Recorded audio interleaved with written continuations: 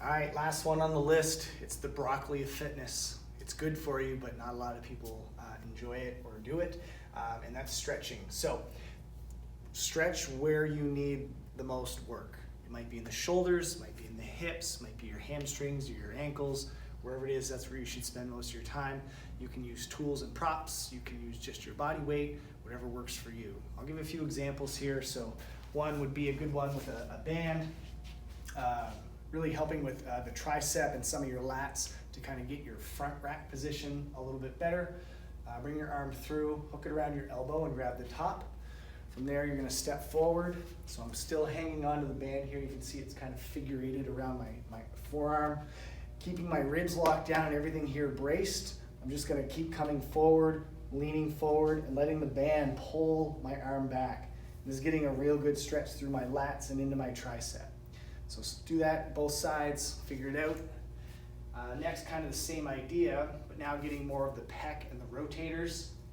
I'm just gonna bring my elbow down till it's around 90 degrees here with my body.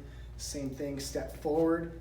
Oh boy, keep your ribs locked down and your body square. And as soon as I tighten my abs, I can really feel the stretch deep in my shoulder and through my pec here. So there's another great stretch for the shoulder area. Something for the hips. This is kind of a modified version of the Samson stretch. You can start with just your knee on the mat, other foot lunges forward, and you're just pushing your back hip forward. So the more you bring your hips forward, the more of a stretch you'll feel in your hip flexors. To help with that, it helps to squeeze the butt. So as soon as you squeeze your butt cheeks, you're gonna feel more intensity in that front hip. A lot of people just kind of sit there and they hang out. It's really loose.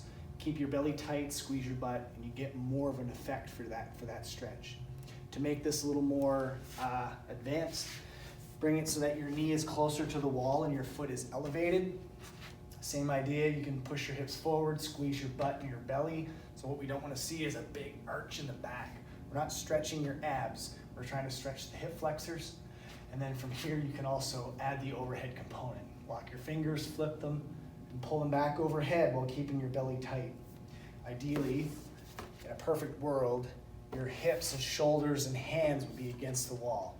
As you can see, I'm not there yet, so obviously a weakness of mine. So those are just a few different options for the stretching component.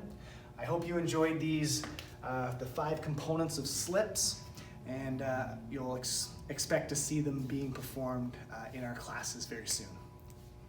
See you at the gym.